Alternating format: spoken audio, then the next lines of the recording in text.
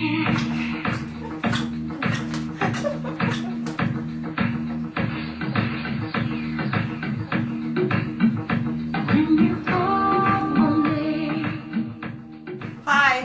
my name is Marian Fortunati. My dad asked me to tell you about his silver cane project. I'm a painter. Painting is my passion. But my dad has many hobbies. Two of them are jewelry making and making movies. Back in the 80s and 90s, he made lots of movies and made lots of jewelry. In 1996, he made a movie called Lost Wax, in which he described the fascinating process of changing gold and silver into beautiful jewelry using the lost wax method. Last year, he re-edited that movie, changed the name to Trading Wax for Gold. Perhaps you've seen it. Here are some scenes and pieces of the jewelry that he's made.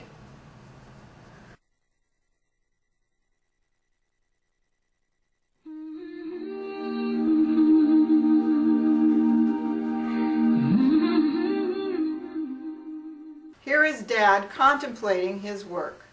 I got to where I can't see very well and can't do much physical work, but I decided to try and do one more project.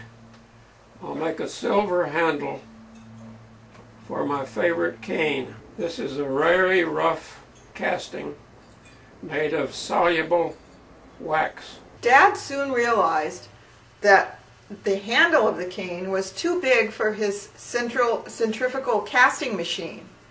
So he decided to cut the soluble core into two parts. Later, after he cast them, he could solder them together. Here's where it's cut in two. Brass handles are put in to facilitate handling, and grooves are cut in the surface to help conduct the molten metal to the thin shell. Here are the wax models made from the soluble wax core. Weighing the wax model to determine the required weight of silver. A wax pen is used to attach the model to the flask base with sprues and vents. Inspecting the wax model with sprues and vents attached to the base. Dad recorded each step of the way. He made video, and now you get the opportunity to see little clips of it, some of it speeded up 4 times, so that you can see the process that he went through and experience some of his failures as he made this beautiful silver-handled cane. I know my dad. He's a doer. He might be 91, he might wobble a little bit when he walks. He has some vision problems. There are many reasons why he couldn't do this project, but Dad's a doer. If he can imagine it, if he can figure it out, he'll sit there and persevere until it's done. And he did it. It took 3 months. There were many, many frustrating failures, but he kept at it, and he was successful.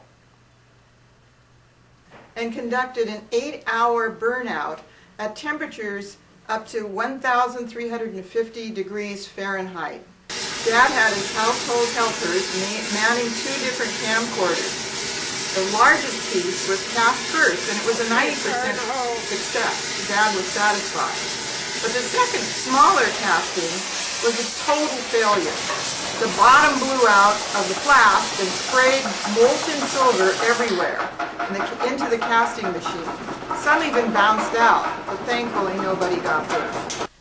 Dad figured out what went wrong with the smaller casting, and then he started redoing a new wax model. Dad tried a new method of sculpting the wax model using thin sheet wax. He was soon ready to try again. This was promised to be spectacular. So the whole family was at the show. We were all hoping that he didn't burn the house down. I was excited. I decided to take video with my little digital camera. So I'm the camera lady for the next few candid scenes. I hope you enjoy them. Dad was so excited that when he lit the torch to melt the silver, he had forgotten to put the silver into the crucible. Judy reminded him, and then Gastoni handed him the silver ingot.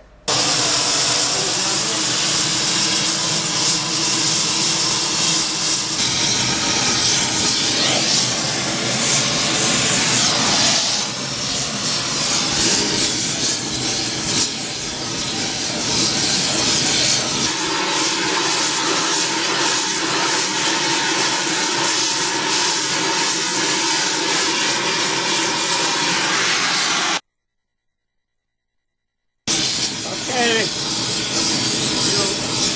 Everybody ready?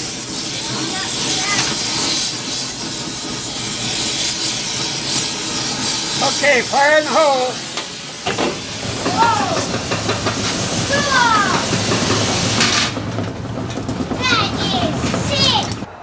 It didn't blow up. Beep beep! It seems dangerous. Okay, here we go. Whoa! Seems cool. Don't make it spit at me, Daddy.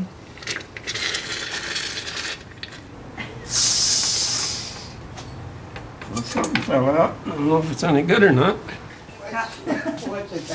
Don't burn yourself.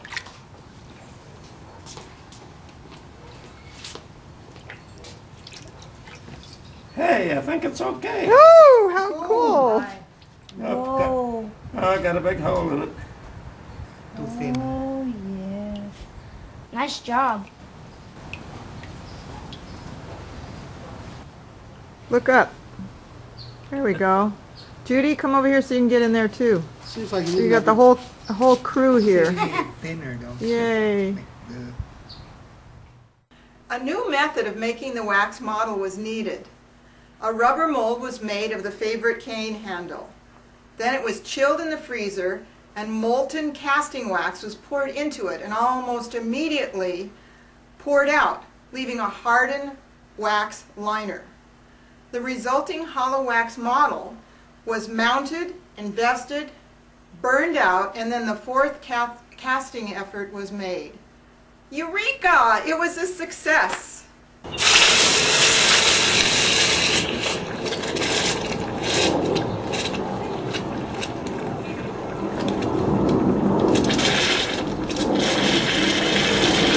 Now, Okay, we got a good one. that is so nice though. The two castings were then silver soldered together. They were filed smooth and polished. Here is the finished sterling silver cane handle.